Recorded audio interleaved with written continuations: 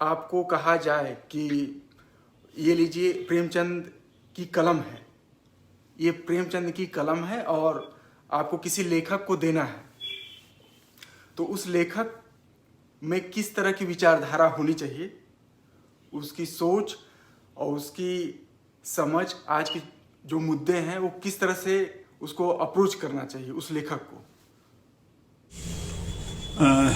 प्रेमचंद का सबसे बड़ा वैशिष्ट्य ये है कि प्रेमचंद के पहले जो हिंदी का एक बड़ा पाठक वर्ग अथवा वे लोग जो हिंदी सीखते थे चंद्रकांता संतत पढ़ने के लिए, वह जो बड़ा पाठक वर्ग था, एक कल्पना की दुनिया, एक मनोरंजन का साहित्य पढ़ रहा था।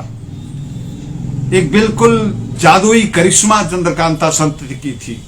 ऐसे साहित्य को पाठक वर्ग पढ़ रहा था लाखों की संख्या में।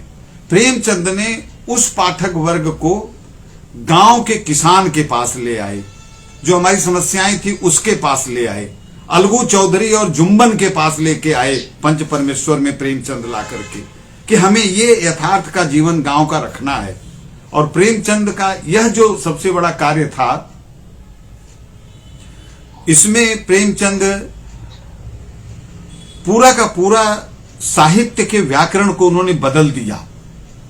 उस समय की जो समस्याएं थी, मैं तो ये कहता हूं बार बार कि गांधी जी स्वतंत्रता आंदोलन की जो लड़ाई राजनीति के क्षेत्र में लड़ रहे थे और उसके बहुत सारे मुद्दे थे, अछूत उद्धार की समस्या थी, जो सांप्रदायिकता की समस्या थी वह थी, किसानों की समस्या थी वह थी, उस फ्रंट पर गांधी जी जहां लड़ रहे थे, प्रेमचंद अपने साहित्य के माध्यम से, अपने उपन्यास और कहानियों के माध्यम से उस लड़ाई को, जो देश की ज्वलंत समस्याएं थी, जो रूढ़ियां थी, आडंबर थे, अंधविश्वास थे, उसके खिलाफ प्रेमचंद लड़ रहे थे और देश की जनता को जागृत कर रहे थे।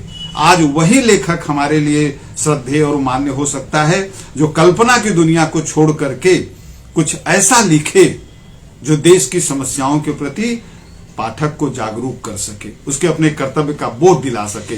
प्रेमचंद ने एक राजपथ बनाया है लेखन का। उस राजपथ पर जो लेखक चलेगा उसके हाथ में मैं कलम देना चाहूंगा प्रेमचंद की। बहुत बहुत धन्यवाद सर, आपसे बहुत सारी जानकारी हम लोग लिए। साइकिल की यात्रा हमने देखी, कनाडा की हवाई यात्रा देखी, हम लोग उत्तराखंड में पहाड़ों की भी सैर थोड़ी सी किए, काफ़ी झांकियाँ देखी, एक लिंग का भी दर्शन किए।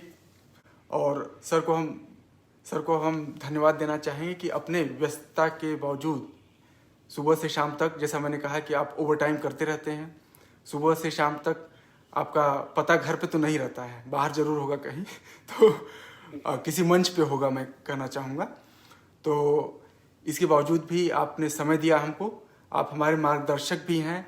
और मैं यह भी लालचवश कहना चाहूँगा कि ये हमारा आखिरी नहीं है, आपकी और भी बहुत सारी किताबें हम लोग पढ़ेंगे और उस पर भी चर्चा करेंगे। तो समय देने के लिए आपका बहुत बहुत आभार। सादर चरण स्पर्श सर। सादर प्रणाम, बहुत बहुत धन्यवाद।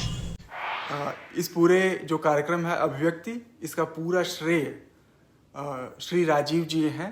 उन्होंने इसकी शुरुआत करी थी कि हम लोग जो अच्छे लोग लिख रहे हैं उनका केवल काम है डूब के लिखना, वो मतलब उसमें नहीं है कि इसका हम प्रचार करेंगे या इससे कुछ आमदनी, मतलब जो पूरे डूबे हुए लोग हैं जो हिंदी में साहित्य में, तो उनको हम पूछेंगे कि क्या कारण थे इस किताब को लिखने में, उनकी यात्रा कैसी है, उनके कुछ और विचार जानेंगे। तो उन्होंने ही यह शुरुआत करी थी, तो सबसे बड़ा आभार उनका जो उन्होंने इतनी अच्छी शुरुआत करी है।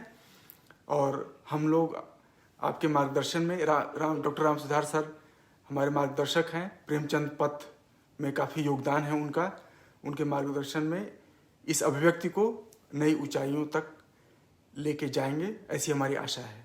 तो इसके साथ साथ बहुत बहुत आभार आप लोगों का। सर कुछ कहेंगे तो अच्छा रहेगा। अच्छा सचमुच मेरा भी यह पहला अवसर है प्रेमचंद पथ के अभिव्यक्ति कार्यक्रम का और मुझे बहुत अच्छा लग रहा है। राजीव को धन्यवाद दे रहा हूं और नवीन को भी बहुत अधिक। नहीं यह रुचि जैसे लग रहा है, इतनी दूर से आप बात कर रहे हो जैसे लगता है कि उदय प्रताप कॉलेज का एक छात्र, एक काबिल छात्र हमारे सामने बैठ करके बतकही कर रहा है। इस बतकही को जिन लोगों ने सुलभ बनाया है उन सभी के प्रति बहुत बहुत आभार।